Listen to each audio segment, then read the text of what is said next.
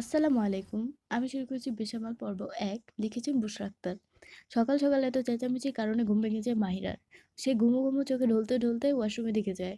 নিচে গিয়ে দেখে বাড়ির সবাই কেন কোনো না কোনো কাজে ব্যস্ত। ও বাড়ি ভর্তি মানুষ। থাকবেই না কেন? আজকে যে বাড়িতে বিয়ে। মাহিরার বাবারা ৩ ভাই, বড় চাচার নাম আলম মুন্সি, বড় চাচির নাম সুফিয়া বেগম। তার ২ ছেলে, ১ মেয়ে। বড় ছেলের নাম সানি মুন্সি, মেজো ছেলের নাম সানজিদ মুন্সি এবং ছোট মেয়ের নাম নুসাইবা জান্নাত। নুসাইবা বড় চাচার মেয়ে হলেও বংশের মধ্যে ৪ নম্বরে পড়ে। তারপর মাহিরার বাবা বাশার মুন্সি, মাহিরার মা আফরোজা মুন্নি, তার ২ মেয়ে। বড় মেয়ের নাম জান্নাতুল ফেরদৌস ভাবনা, ছোট মেয়ে বুশরা আক্তার মাহির আক্তার বুশরা। ছোট চাচা সালাম মুন্সি এবং তার স্ত্রী রুনা খাতুন। এক ছেলে রাহাত মুন্সি।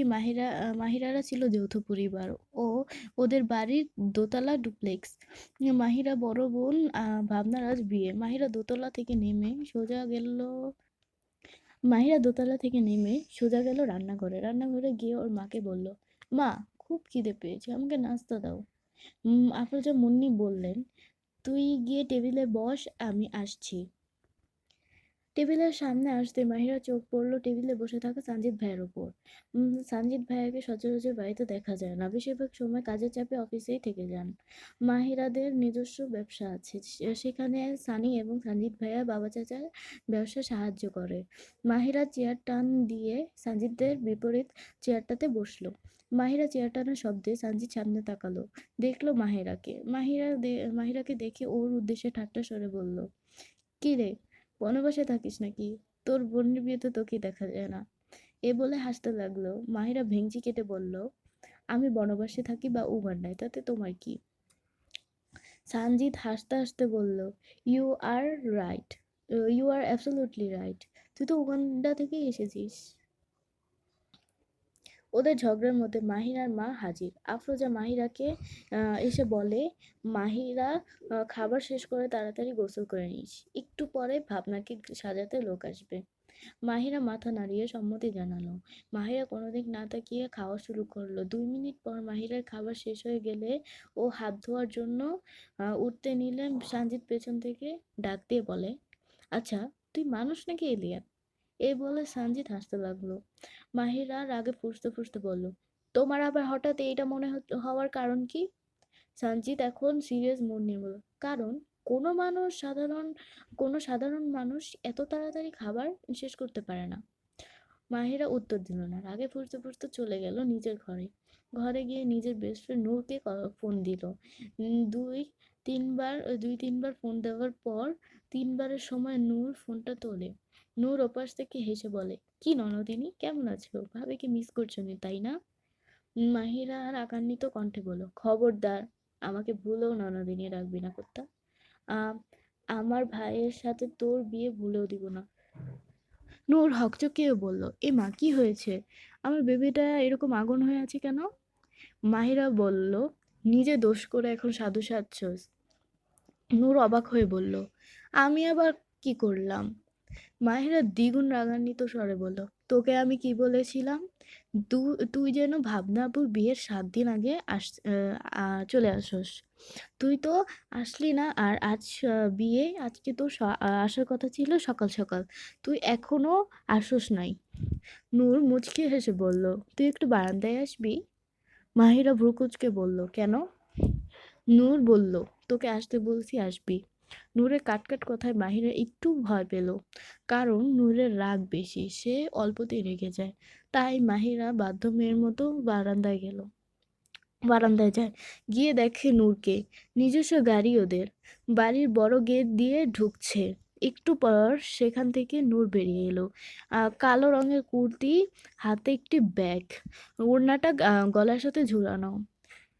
মাহিরা নূরকে দেখে দৌড়ে নিচে চলে গেল। সদর দরজা দিয়ে ঢুকতেই নূরের উপর ঝাঁপিয়ে পড়ে মাহিরা। ওর মুখটা নূরের কানের সামনে নিয়ে ফিসফিসিয়ে বলল, স্বাগতম ভাবিজান। মাহিরার কথা শুনে নূর একটু কিছুটা লজ্জা পেল। ভাবনাকে সাজাতে পার্লার থেকে লোক আসে। আম, নূর আগেই গোসল করে ফেলেছে, তাই ও এখন হেয়ার ড্রায়ার দিয়ে চুল শুকাচ্ছে। একটু পর ওয়াশরুম থেকে বেরিয়ে আসে মাহিরা। এসে নূরকে ভারী কণ্ঠে বলে, কিরে তুই এখনো রেডি হসনি? আমি রেডি হওয়ার সময় কিন্তু কোনো কিছু নিয়ে কাড়াকাড়ি করতে পারবি না। না, নূর বিরক্তি স্বরে বলল, উফ, মুখটা একটু বন্ধ রাখবি? আমার লেহেঙ্গা পরা হয়ে গেছে, চুল শুকানো হয়ে গেছে, এখন বাকি শুধু মেকআপ আর চুল বাঁধা। তোর চুল শুকাতে শুকাতে আমি রেডি হয়ে যাব। মাহিরা আর কিছু বলল না। একটু পর দুইজন রেডি হয়ে ভাবনার রুমে যায়। রুমে যেতেই নিসা ও নুসরাত একসাথে বলে ওঠে, ওয়াও, কি সুন্দর লাগছে তোদের। মাহিরা এবং নূর হকচকিয়ে যায়। তারপর ওদের বলে, তোমাদেরও অনেক সুন্দর লাগছে। ওরা দুইজন মুচকি হাসলো। নিসা ও নুসরাত মাহিরার খালাতো বোন। আফরোজা দুই দুই বোন এক ভাই। আফরোজা ভাই বোনদের মধ্যে বড়। তারপর মেজো বোন জলি, তার দুই মেয়ে এক ছেলে। মেয়ে নুসরাত ও নিসা। একমাত্র ছেলের নাম রাইয়ান। মাহিরার ভাই না থাকার কারণে ভাবনা ও মাহিরা ওকে নিজের ভাইয়ের মতো ভালোবাসে। মাহিরার ছোট মামার নাম অনিক, তার স্ত্রী কানিজ ফাতেমা। তাদের এক মেয়ে এক ছেলে। ছেলে সোয়াইব শিকদার, মেয়ে নুফা। মাহিরা ও নূরকে দেখে ভাবনা বলল, সত্যি তোদেরকে অনেক সুন্দর লাগছে। নূর, বলো তো আমাকে কেমন লাগছে? নূর হাসি মুখে বলল, আপু, আমি কোনোদিন পরী দেখিনি, কিন্তু তোমাকে দেখে মনে হচ্ছে স্বয়ং পরী আকাশ থেকে নেমে এসেছে। ভাবনার ঘর থেকে নিচে গেল মাহিরা ও নূর। তখনই মাহিরার বাবার চোখ পড়ে ওদের দুজনের ওপর। সে এগিয়ে আসে ওদের সামনে, দাঁড়িয়ে বাসার বলেন, বাহ, তোমাদের তো খুব সুন্দর লাগছে।